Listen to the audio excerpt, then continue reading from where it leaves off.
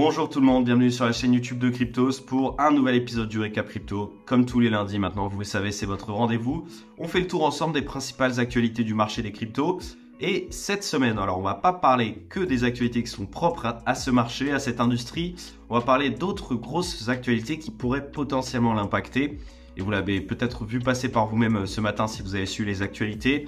Un nouveau président a été élu en Argentine et c'est un président potentiellement pro-Bitcoin, donc ça pourrait être intéressant d'en parler. Avant qu'on démarre, je voulais simplement vous mettre en avant une nouvelle promotion. À l'occasion du Black Friday, Cryptos Research vous propose une énorme promotion sur ses services. 199 € à la place de 600 € par an, ce qui fait donc à peu près 15 € par mois au lieu de 50 € par mois. Donc c'est une énorme réduction qui est valable uniquement pendant la semaine du Black Friday. Il n'y a pas de code promo, vous allez simplement sur le site internet pro.cryptos.fr, vous l'avez dans la description.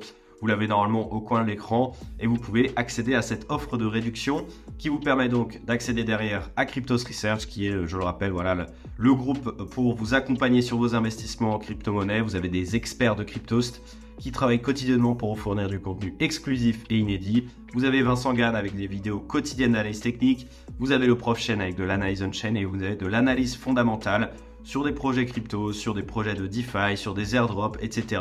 C'est un des meilleurs moyens pour réussir vos investissements en crypto-monnaie et pour en tout cas vous accompagner dans votre chemin d'investisseur en crypto. Donc si ça vous intéresse, voilà, vous avez cette énorme promotion à l'occasion du Black Friday.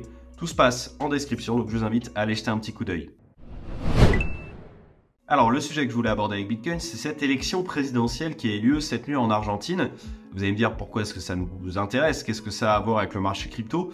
Bien tout simplement parce que le candidat qui a été élu, c'est un candidat qui est, on pourrait dire ça comme ça, pro-Bitcoin. Alors c'est peut-être un petit peu plus compliqué, vous allez le voir, je vais vous expliquer, mais ça reste quand même très intéressant. Alors concrètement, ce candidat il s'appelle Javier Milei, je ne sais pas si je prononce correctement son nom de famille, et il a remporté les élections avec 55,7% des voix, donc à peu près 2 femmes qui étaient littéralement aux antipodes. D'un côté on avait Sergio Massa qui lui était ministre de l'économie et qui était plutôt de centre-gauche.